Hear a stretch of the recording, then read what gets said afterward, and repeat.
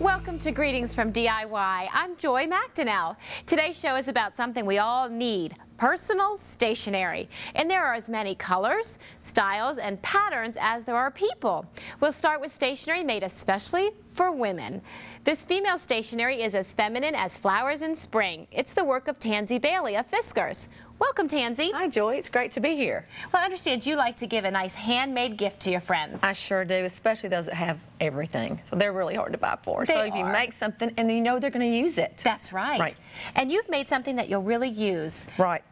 You've got a case that holds letters and envelopes. Right, it's a stationery holder. And how I started was I went to the local craft store and I purchased, or you can go to a stationery store, envelopes and cards already done, but they're plain. They're not embellished or anything. Now, I embellished mine with a border punch.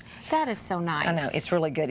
It makes it more personal and, you know, handmade. That's right. So also what you do, when you start out with your cards, you can get so many different, sizes of cards. And we're going to make the cover. Just make sure that you make the cover a little bit bigger. It's going to be an inch bigger. So in any of your templates, make sure they fit the cards, the templates that you choose. Okay. Now let's look at the inside real quick so we can see what everything looks like. Right inside here, we have pockets for our cards and our envelopes. Absolutely. And you just slip them in there, and then you can see the ones we've embellished them. There's that embellishment. Nice. Again, we use that great border punch to do all that. All right. So let me show you how to start out. Absolutely. Let's get started. Okay, good. You start out with just a plain piece of cardstock, any color you want. You can do, printed or plain. I chose plain. Okay. Okay, then we're going to cut that. And again, we want to use the size according to our envelopes and so we want them to fit in the pockets really good. That's right. You got to make sure this is bigger. You don't want your cover to be smaller than that. That's right. Okay, so we've done that. We've cut those down. And what we do is take a scoring tool, and a metal ruler is the best one, and we're going to score. Now, the scoring tool does not cut. It looks like it has the blade, but it just scores it, and we're going to make sort of like a book binder. Okay. And you're going to do 2 of those. Now, I've already done them, so you can see that we've done that, and so they get this little fold here. Oh. So you're going to fold it, and it makes that little fold like a book. And that's going to accommodate your cards and your letters. Right, okay. And then what we're going to do, we're just going to glue those together. Real quick, I'm going to glue them. And you want some aggressive adhesive so that it makes it sturdy and it's going to hold those. That's right. You wouldn't want to put, because cards and envelopes, once you've got them all in there, they can be heavy. You need to create something that's really going to hold it and be the cover. And be more like a little, like a little book. Okay. So you just, match everything up and stick that in there. Okay. Got that going. Okay, and then we're going to do the cover. All right. Embellish it. Okay, see what we've done on here? You could use different colors. Now we chose a little polka dot. Okay, and what we're talking about is doing this embellishment right here. Right. Where you've got the darker blue and the lighter blue. And also we use the border punch again. So we've used that border punch again. And you just go down the size, each side, just like that, and we did that. And then we're going to put those on. All right, so you've gone down, punched your strip, and then you're going to put that right onto the outside cover. Right, and do that. So you just glue them again, and you can stack them any way. You can put however many you want to do. Okay. You just put that on there. And I like the way, like on some of them, you've put one inside the other, but you could make it look lacy and put one right next to the other like absolutely. that. Okay, so what we're going to move on to is, I got this template at a craft store. Okay. And again, I made sure that they match the size, it's a little bit larger, and match my cards. Your cards and envelopes. We did that, and then we cut it out. Okay, we got that one cut out. All right. And then it has folds on here. It has folds where you cut it and then you fold it to make the pocket. So you're going to follow all the folds. And if you'd like to print out some directions for yourself, you can visit our website at DIYnetwork.com. And see, here's the pocket already done, and we've glued that together. Okay. So you get this little pocket, and actually we have 2 of those. Right, because now we're going to go back to our cover. Let's look at the pocket for a second. You've created it so it has enough depth in order to hold the cards and the envelopes. Right. And now you're ready to put that right inside your cover. Right. And you want them to face each other so your pretty things don't fall out. Right, because when you would load them from this way and they're going to stay. Right. And also here you use ribbon. Now I put it in, and the key to it is to put the ribbon between your cover and the pocket. That's right right. there. And another tip too, I always use a paper cutter. It always gives you such a nice, straight, it clean really cut. does. It makes it much simpler. I think so. This is so beautiful, Tansy. I love this personal stationery holder. I think you've done such a beautiful job with the border and on the inside with the place for the cards. Thank you so much. Welcome back to Greetings from DIY. Feminine stationery is great for girls, but what about the man in your life? He needs note paper too. You'll be a hero when you give him this red, white, and blue folio. Add a few postage stamps and his note cards and envelopes will be ready to mail. Tricia Morris of Club Scrap thought up this great idea. We're so glad you're here, Tricia. It's great to be here, Joy. You know, it is a nice thing when you get a handwritten note from a guy. And a rare thing indeed. Absolutely. So we need to help them along a little bit, don't we? We sure do. So this is this great little folio, and inside is a couple of treasures you can give your man so he can get busy on his card writing. Okay, now we'll show the surprise inside later on. That's right, but we need to learn how to make the folio first. Okay, let's get started. What you'll need to begin is just a template that we've designed to, and the size of it is based on a standard greeting card. Okay, and if you'd like to get a copy of this template, visit our website. That's right. And so with this template, it's going to show you where to cut and score. The dotted lines mean the score lines. Okay. And the solid mean the cut lines. That's okay? easy to remember. So once I've transferred the template to my paper, and now I have a printed sheet of 12 by 12 paper. Okay. And on the back side of it, there's my template. Ta-da! And I'm going to score along these lines here, cut them out, and I'm going to save these 4 pieces for later because I'm a very frugal card maker. Me too. So here we have our dimensional card folio, and when we bring this in together, that second score line that you made along here is going to give this some depth, so we have room for what's going to go inside. Makes it a booklet. That's right. Got it. So here it is, all folded up. Okay. And this is kind of boring, I thought. You want to have a color scheme going on. Right, that's right. So I decided to measure and cut some cards that are going to fit right in here. Let's attach those with some adhesive. And what this is also going to do is help the top and bottom flap meet in the center. Right, Because got it. earlier when I closed this, it didn't meet. Now it does. Now it does. Yes. Okay. And let's do the same thing for the side so that the front is going to look pretty as well. Okay. And we'll just line that right up in there. And now we can close it up. And there we It's- get that pretty front. That is really nice. It's okay. getting there. It's now, getting there. you have more to do on this front thing. That's right. What we're going to do is go in and measure about 1.5 inches down on each side, and you can mark that with your pencil. You'll actually use a ruler for this, of course. And then you're going to make another little mark right here in the center of this side. And what that triangle is going to help us do is create a closure so this doesn't flop open all the time. Right, right. Okay. To finish that up, we're going to punch a And hole you're right just into using a regular old hole punch. a 1/4 inch hole punch, or an 1/8 inch hole punch, actually. Okay, and we're 1.5 inches in on either side. And then right in the center on this side. Except you run into a dilemma, don't ya? I do. This is trouble because I cannot get this short little punch down into this hole, but I really don't need to do that. Because you are a problem solver. I am indeed. I solve the problems for you to make it easy for you. Okay, so I have a standard office brad, just a simple gold brad, and I'm going to slide that into that slit that I made with my craft knife. Okay. Now remember, we need to slide something underneath this brad, so when I come in, I want to make sure that this isn't in there too tight. Right. Okay, have a little bit of give. Now, when you close that up, you give it some extra space right under That's there. right. You want That's it smart. to be loose in there. Okay. All right, and then I also thought it would be fun to add some tags attached with the eyelets to those holes I punched earlier.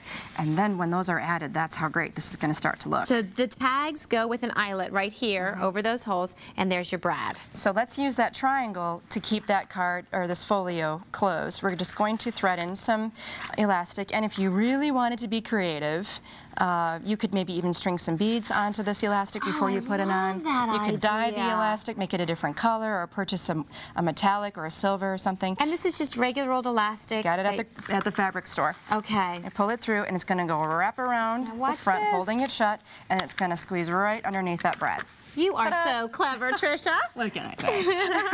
So what's inside here, Joy, is going to be joy for other people. We've got our 4 greeting cards, and they're made out of 2 simple sheets of 8.5 by 11 paper, cut in half and folded in half. And of course, don't forget Beautiful. your classic little band that holds everything all together. Right. Now, these are the cards that you've created down here. Tell And me just about out of simple those. scraps of paper. Remember those 4 pieces of blue that we got rid of earlier? Those are Right. going to be the foundation for our decorative items. I simply stamped with one color of ink and some tags, kept it really simple. Love it. Now, that's a large size. You've also made an adorable smaller size Isn't one. that sweet? This is a business card size holder, and in here, I mean, this could we couldn't make it any easier for our guy, could we? How could it be any cuter? I know. So inside are these little business card sized greetings. All he has to do is sign his name. Bingo. He sent a really great message, and wouldn't those go great on a bouquet of flowers? I think so. Hint, Hint, hint, hint.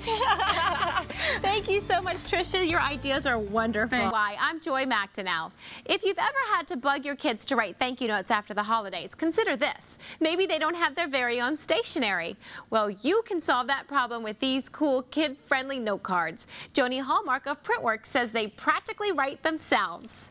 Hey, Joni, I'm so glad you're here. Thanks, Joy. This is fun. And boy, my son wishes they wrote themselves, I tell you. I bet my kids do too. But you know what? If my kids had note cards like this, I think they would write more. Well, Grayson has started doing it more since he gets to choose his own stamps.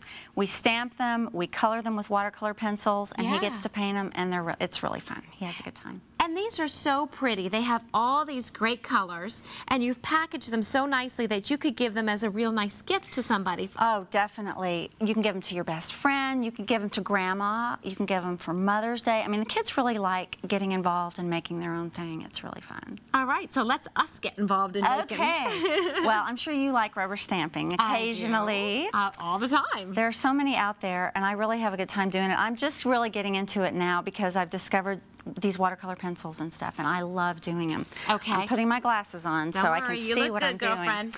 One thing I want to tell you real quick is, since we're using watercolor pencils, I use a quick-dry dye-based ink for an outliner so that you can stamp it, it dries quickly, and then you can go ahead and color and use your watercolor on there. That's a good tip. Without now, running. Since we're adding water, is this also waterproof? It is waterproof. Okay. So it dries real quickly.